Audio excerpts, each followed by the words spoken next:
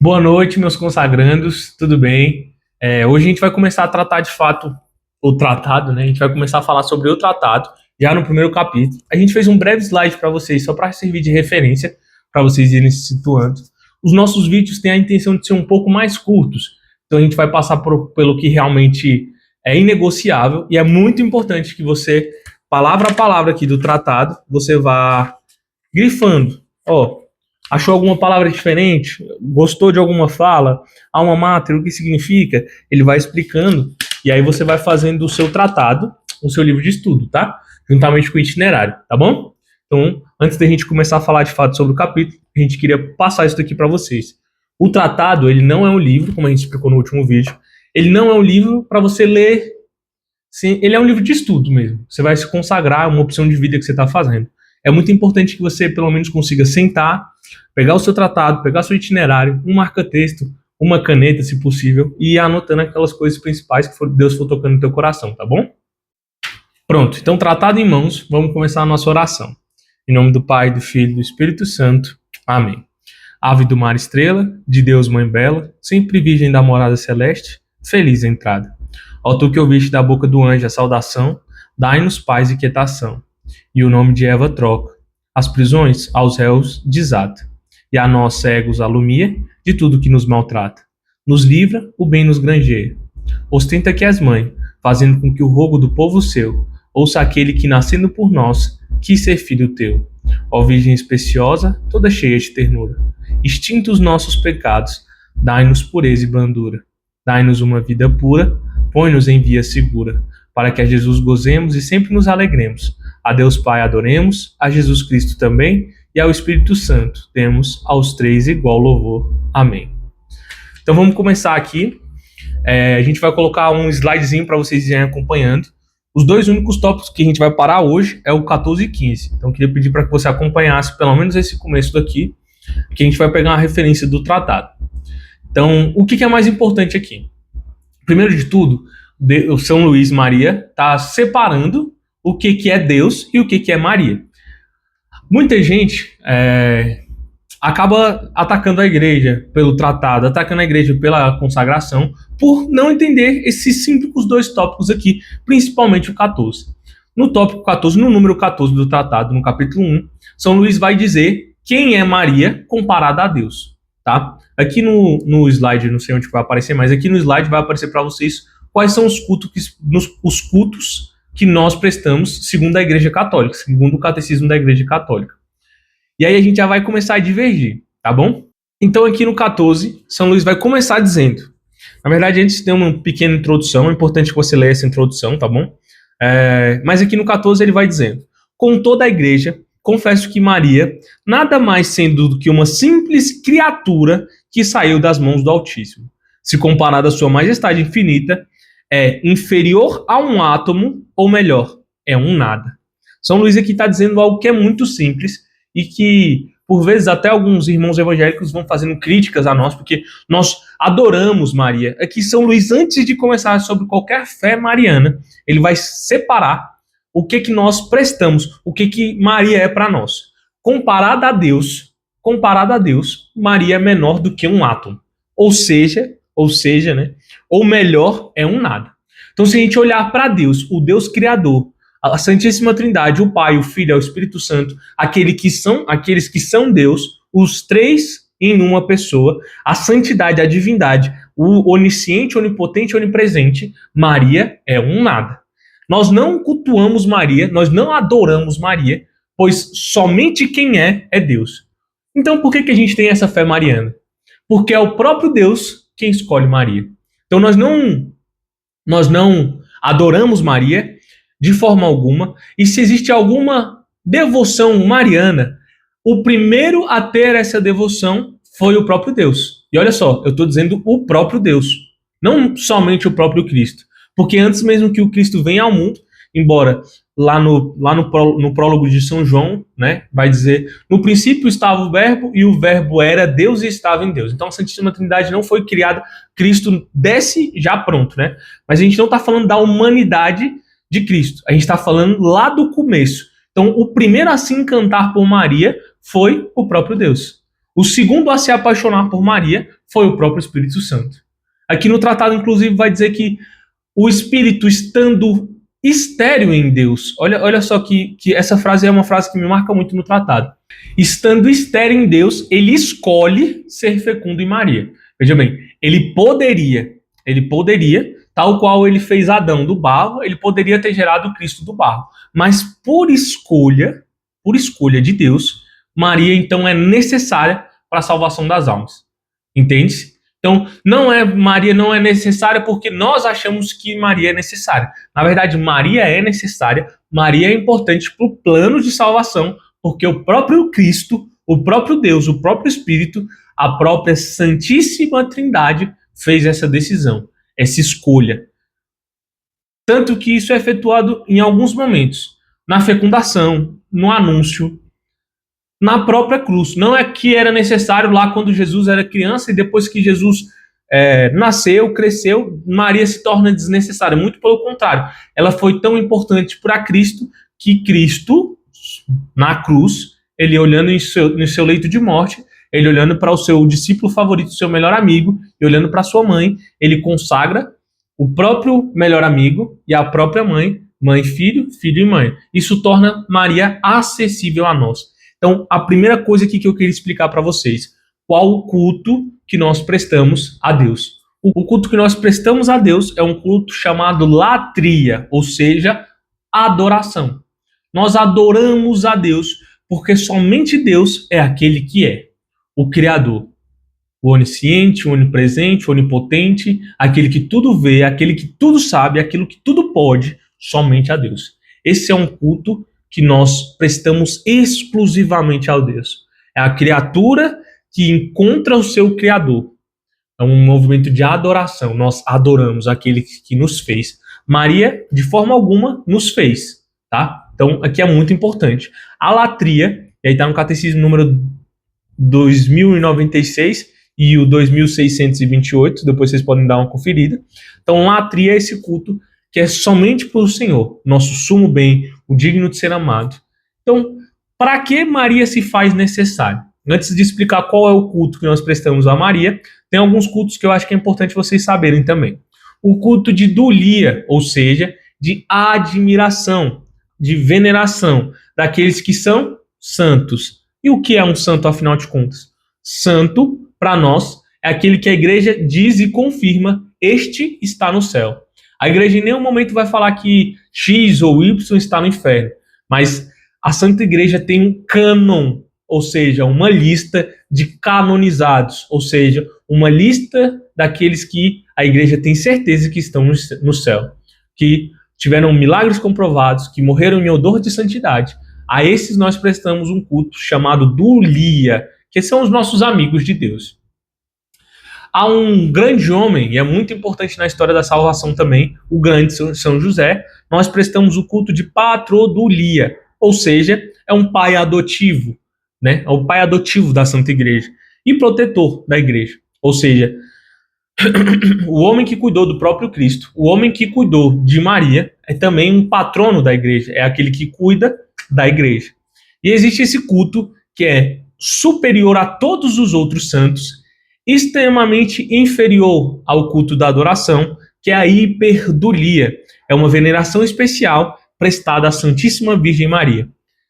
Olha só, eu comecei dizendo para vocês que, comparado a Deus, Maria é menor do que um átomo. Ou seja, da perspectiva, Maria olhando de baixo ou de baixo para cima, comparada a Deus, e não é uma vontade dela ser maior do que Deus, mas que é importante que nós todos entendamos isso, todos nós consagrados entendamos isso.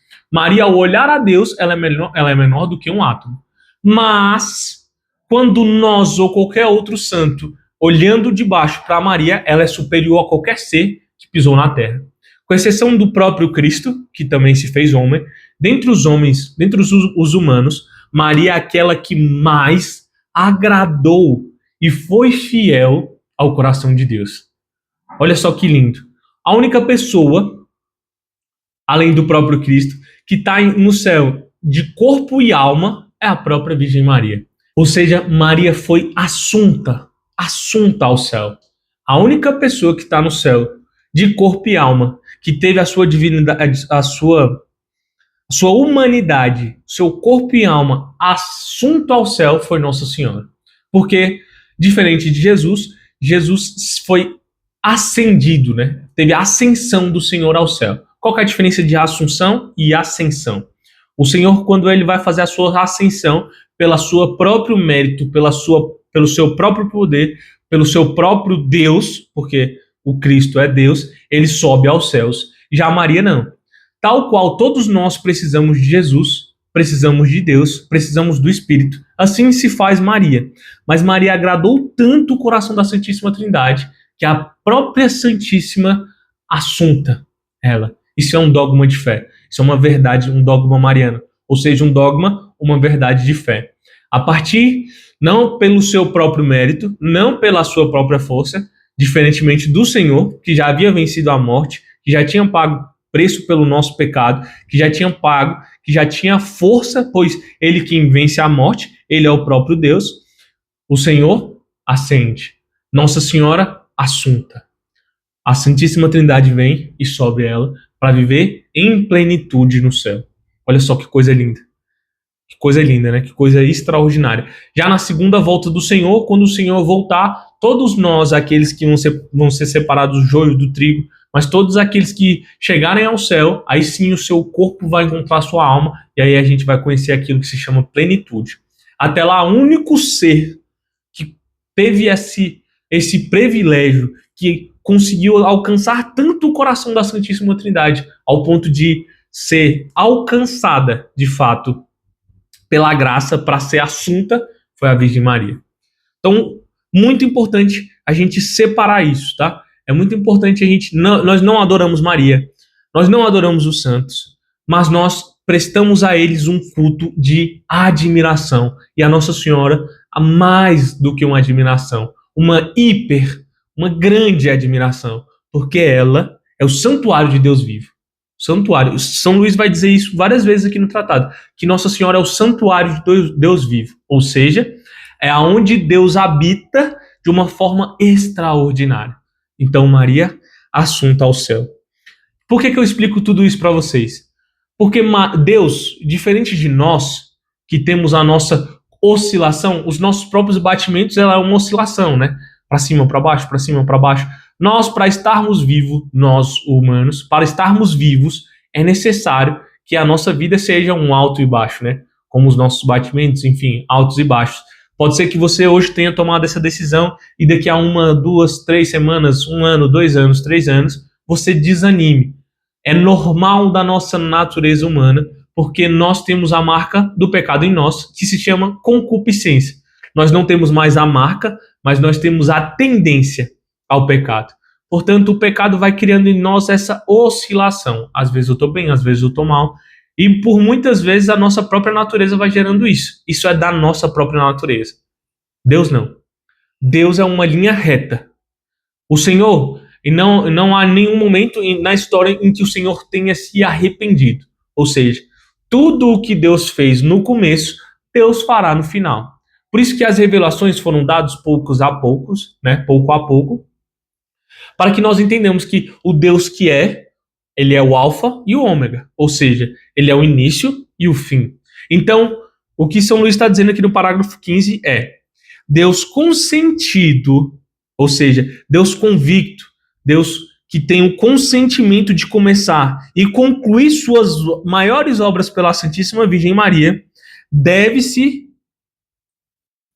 que a formou, então deve-se crer que ele não mudará de atitude nos séculos dos séculos, pois ele é Deus e não muda nem em seus sentimentos, nem em sua conduta.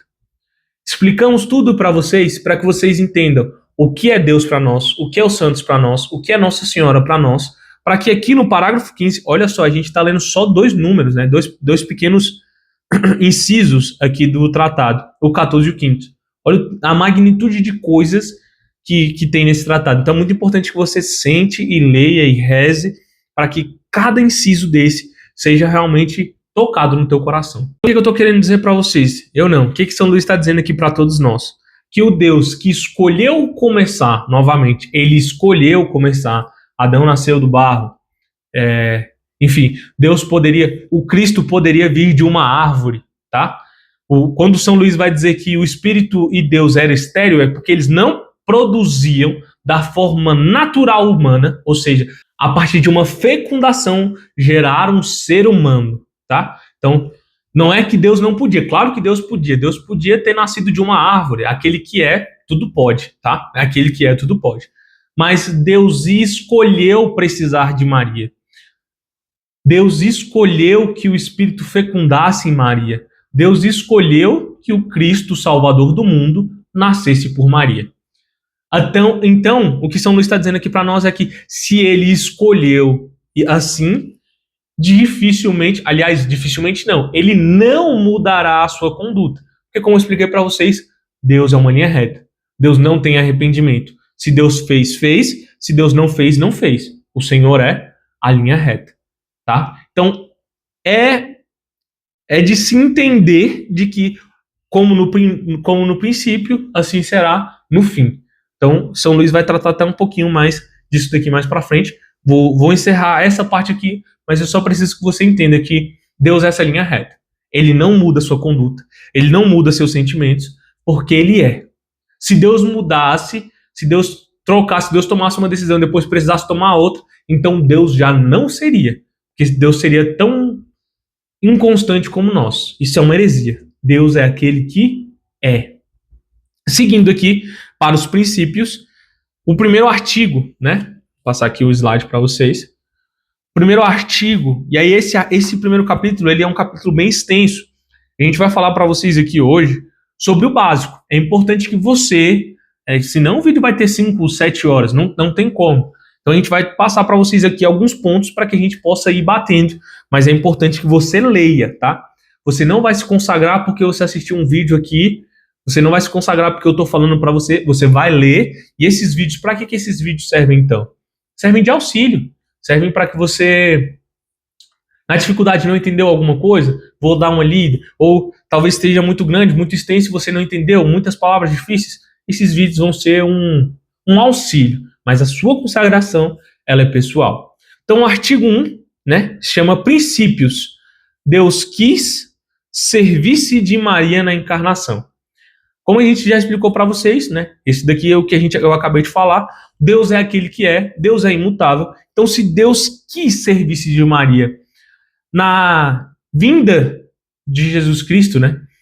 Assim vai ser feito também no final dos tempos. Então, se ele quis usar Maria para mandar Jesus ao mundo, no fim dos tempos, também, assim, há de se entender que Deus queira usar Maria no final dos tempos, naquilo que separar, né, o tempo perfeito do tempo humano que a gente vive, aquilo que separará o joio do trigo. Então é muito importante que a gente entenda isso, tá?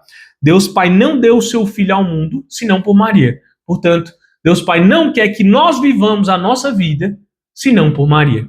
Isso é muito bonito. Ele não quer que nós não tenhamos essa fé mariana. Quem deseja que você tenha essa fé mariana, essa fé que coopera, é o próprio Cristo, tá? Isso não diminui a onipotência de Deus, tá? Novamente, não é porque Deus quer que você use Maria, quer que você se agarre em Maria, que você tenha essa fé mariana, que ele deixa de ser onipotente, que ele não possa. Não, então Deus está manco. Não, a gente não acredita num Deus manco. A gente acredita num Deus que quer facilitar a nossa vinda a ele, tá bom? E isso, passei aqui agora para vocês verem o segundo. Isso dá o embasamento para o segundo inciso, né? Do segundo, não sei se é inciso, né? Mas seria o número 2 do primeiro artigo, que é: Deus quis servir-se de Maria para santificar as almas. Se Deus quis usar Maria na encarnação, e aí onde que isso se dá? Na própria anunciação, né? Quando o Senhor anuncia, ou seja, lá no 22 vai dizer assim: a conduta que as 3 pessoas da Santíssima Trindade tiveram na encarnação e na primeira vinda de Jesus Cristo continua sendo todos os dias. Ou seja, se Deus quis para a encarnação, assim Deus também quer para continuar a salvar as almas.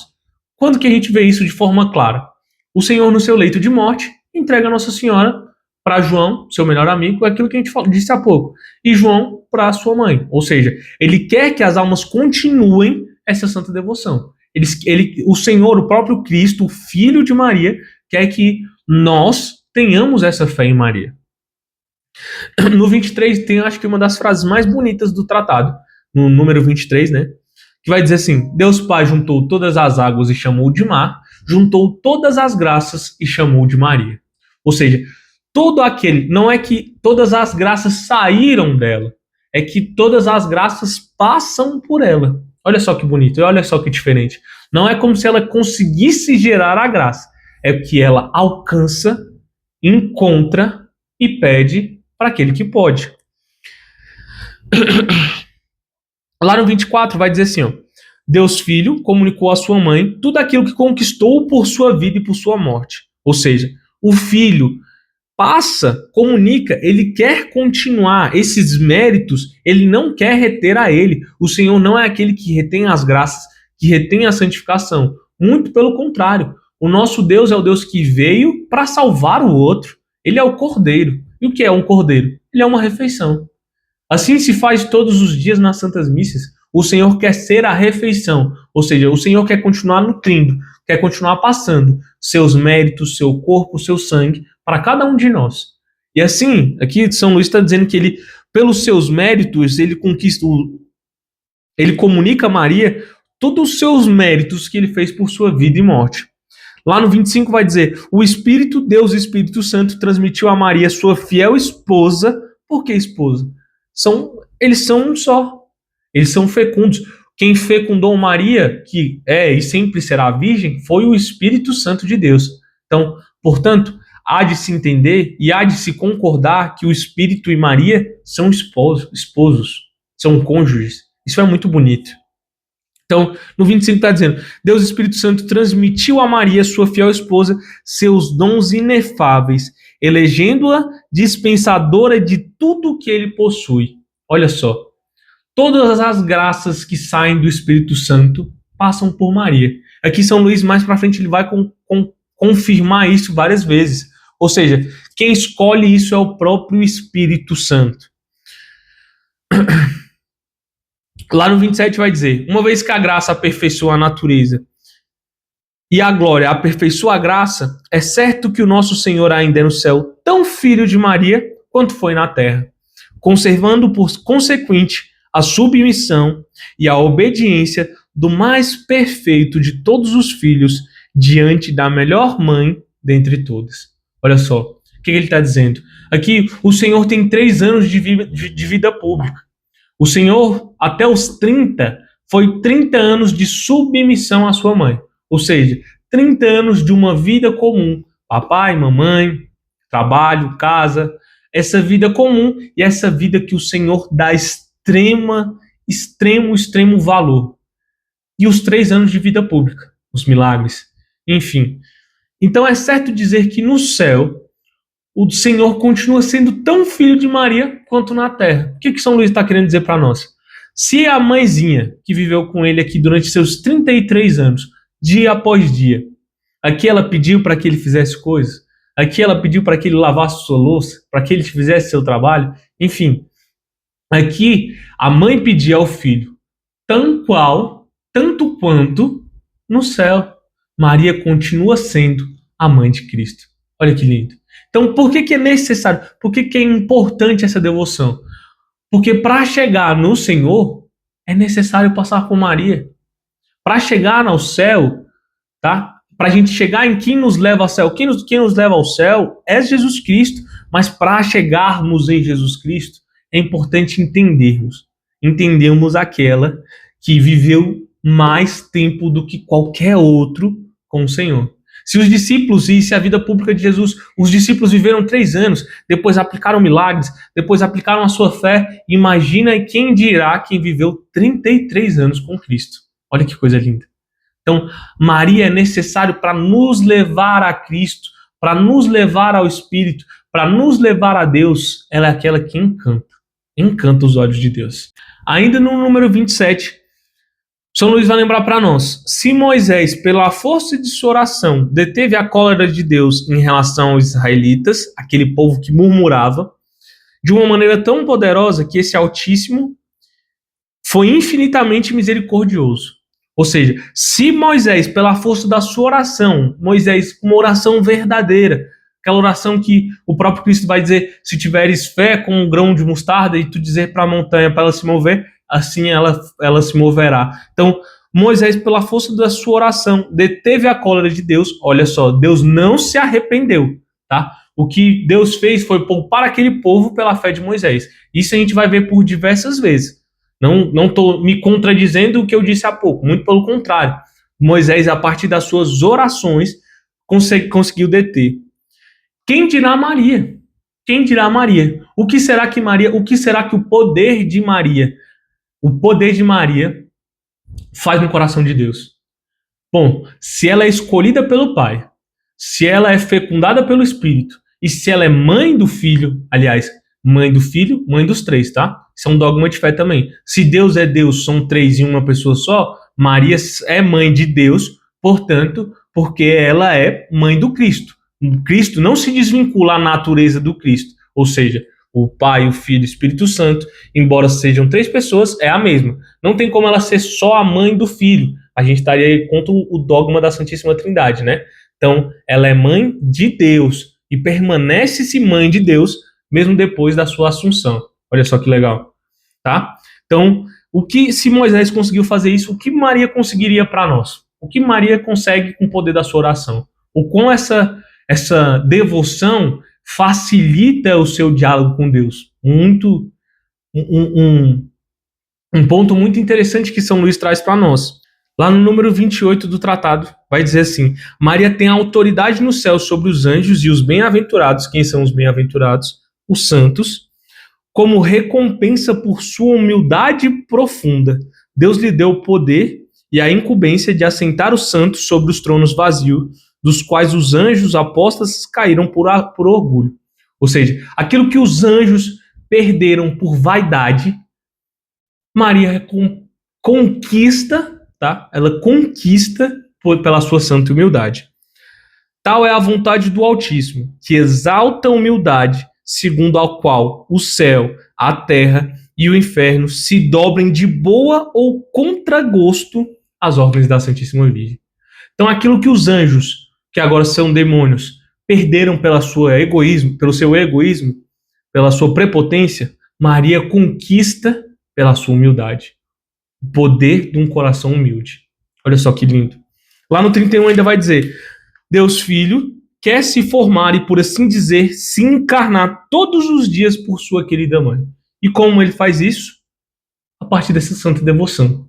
Aqueles que se entregam 100% a Maria não estão se entregando 100% a Maria para que Maria retenha esses devotos nela. Muito pelo contrário. Fazem isso para que Maria tome esses e entregue ao Pai. Olha que diferença. Olha, é como se fosse um jantar. Assim, na sua casa você vai fazer um jantar. Tem uma diferença muito grande de você pegar, você vai chamar Deus para jantar na sua casa. Você vai chegar, vai fazer a sua janta, vai pegar um prato, aqueles pratos não tão bonitos, aquele prato raso ali, transparente, vai pegar um garfo de um lado, um garfo de uma cor, uma faca de outro, vai pegar a panela, jogar em cima da mesa e falar assim, ó, essa aqui é a minha oferta. E de fato, a nossa oferta para Deus é essa. A oferta de quem é inconstante, a oferta de quem não consegue alcançar graças e se manter em graça, essa é a verdadeira oferta. Agora você vai chamar, o Senhor vai jantar na sua casa e você chamou Maria para te ajudar. Aí a mesa vai estar posta. Vai estar aquela coisa, mesa limpa, tem um pratinho de sobremesa, tem um pratinho do jantar, tem taça, tem tudo limpo. E aquela sua comida, que é uma comida bem mais ou menos, vai se tornar um banquete. Porque ela prepara para entregar ao Senhor. Assim se faz essa devoção. Maria prepara, você te prepara para entregar ao Senhor. Esse é o poder da intercessão dela. Se Deus quer continuar se encarnando todos os dias por sua querida mãe, ou seja, Deus quer entrar em nós, Deus quer entrar em você, e essa devoção é o caminho para que Deus consiga entrar em você de uma maneira mais intensa, de que você esteja um presente mais limpo, de que você esteja com uma mesa a postos mais bonita, para que você receba o Senhor de coração, em verdade. É um exemplo bobo, mas que talvez faça de forma lúdica que você entenda a importância de deixar o Senhor se encarnar a partir da intercessão da sua santa mãe. E aí eu vou pular lá pro 36, porque já tá ficando um pouco extenso. Eu queria ler esse trecho inteiro. E aqui ele tá dizendo que, tendo a encontrado numa alma, o Espírito Santo, seu esposo, vai-lhe ao encontro, ali entrando plenamente e se comunicando a essa alma em abundância. E tanto quanto ela, Maria, concede a seu esposo uma das maiores razões pelo qual o Espírito não realiza hoje maravilhas extraordinárias nas almas, de que é o fato de não encontrar nelas uma união suficientemente grande com sua esposa, inseparável e fiel. Digo, inseparável esposa, pois desde que esse amor substancial do Pai e do Filho desposou Maria para produzir Jesus Cristo, o chefe dos eleitos, e Jesus Cristo nos eleitos, jamais a repudiou, pois ela sempre foi fiel e fecunda.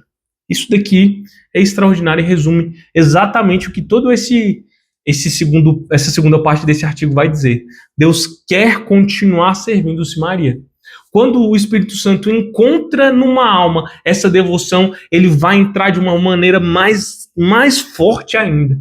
Veja só, não é necessário de que a alma tenha essa devoção para o Espírito entrar, mas como aqui vai dizer, há uma admiração e um deslumbre de que, por vezes, o Espírito não faz por não encontrar essa fidelidade à sua esposa. Olha só que lindo. Isso é muito bonito. Bom, depois de tudo isso, nós podemos ir para o segundo artigo, que são as consequências dessa santa devoção. Que vai dizer que no primeiro parágrafo, Maria é a rainha dos corações. Bom, depois de toda essa explicação, acredito que fique fácil entender e ver o real motivo de Maria ser a rainha dos corações. Aquele que conquista a Deus, conquista tudo. Então Maria lá no 38 vai dizer, pela graça, Maria é a rainha do céu e da terra. Assim como Jesus é o rei por natureza e conquista, ora, como o reino de Jesus resiste principalmente no coração ou no interior do homem, de acordo com as seguintes palavras: o reino de Deus está dentro de vós. O reino da Santíssima Virgem está principalmente no interior das almas. Ou seja, nossa devoção, ela é para ser vivenciada nesse mundo, mas ela não se retém a esse mundo, porque o próprio reino de Deus não é esse mundo, como você já bem sabe. Se você chegou aqui para fazer uma consagração, isso você já tem certeza de que esse mundo não é o reino do Senhor. Por vezes, o próprio Cristo repudia quem aqui diz: pô, você não veio para ser o novo Davi, você não veio para retomar Israel, você não veio para, enfim, para que você veio? E aí Jesus diz em claro e bom tom: eu não vim para este mundo, o meu reino não é neste mundo. Portanto, essa devoção é para ser vivenciada aqui, mas para ser desfrutada de verdade no reino de Cristo, que é os céus. Então, Maria é a rainha dos corações. Ela é a rainha do reinado do céu. Aqui ela vai nos ajudar, ela vai nos nutrir, ela vai nos aproximar, mas o verdadeiro fruto em real, em eternidade que vai acontecer é quando nós chegarmos ao céu, tá? E aí, lá no 40 vai dizer assim, ó: a devoção à Virgem Maria é necessária para a salvação, sendo uma marca inefável de reprovação. Mesmo na opinião de Ecolâmpio e outros, não ter amor e estima pela Santíssima Virgem é que, ao contrário, é marca indelével de predestinação dela ser devota total e verdadeiro ao... Pode cortar. E a gente vai pular lá para o 43, o número 43, que vai dizer assim: se a devoção à Santíssima Virgem é necessária para todos os homens, para simplesmente levá-los à salvação, ela é ainda muito mais aqueles que são chamados a uma perfeição particular, ou seja, aqueles que são chamados à santidade. E todos nós, você e eu, nós somos chamados à santidade. Então, não é só a salvação. aqueles que são santos, e aí a gente até passou para vocês alguns santos que são consagrados. São João, perdão, São João Paulo II, Madre Teresa d'Ávila, São João Maria Vianney, São Maximiliano Maria Kolbe, que é um santo que eu tenho uma grande devoção também, é um santo que eu tenho uma grande admiração. Todos esses, para passar pelo caminho da perfeição, pelo caminho da santidade, é necessário passar pela Rainha dos Corações. Aqueles que têm Maria como Rainha dos Corações conseguem, por muito luta, por muito custo, mas com bem menos custo e bem menos luta do que aqueles que tentam sem Maria, conseguem alcançar também a perfeição particular, ou seja, a santidade. Só é santo aquele que tem essa santa devoção para a nossa Santíssima Virgem. Isso é muito, muito bonito. Então, Maria é a rainha dos corações, a esposa do Espírito, aquela que deslumbra o Pai, a mãe do Filho, a mãe de Deus, o santuário, o sacrário de Deus vivo, a primeira que comungou, a primeira que adorou, a primeira que cuidou, a primeira que nutriu, aquela que pegou um menino pequeno, se torna a rainha dos corações do próprio Deus, das três pessoas da Santíssima Trindade. E assim é, por vontade de Deus, assim também é na sua vida. E por fim, o segundo artigo, que também já é tudo isso que a gente disse, seria, eu coloquei como artigo 3º, mas na verdade é o segundo tópico do artigo 2º, que é Maria é necessária aos homens, a fim de alcançarem seu fim último. Tudo isso que a gente falou. Eu deixei aqui para vocês como se fosse uma escadinha, por assim dizer. Então, a missão de Maria é formar cristãos, formar Cristo em nós e conduzir-nos até Ele. Ou seja, quem foi a primeira que escolheu Maria? O próprio Deus. Deus escolhe Maria, Maria nos dá Jesus, Maria nos conduz a Jesus, Jesus nos conduz ao Pai. Olha só, fica uma escada perfeita.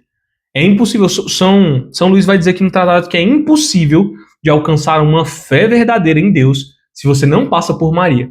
É impossível. Então, Maria, ela é necessária para o nosso fim último. Qual é o nosso fim último? Aquilo que a gente disse há pouco, a santidade, a perfeição, sermos santos. Santo é todo aquele que pisa no céu.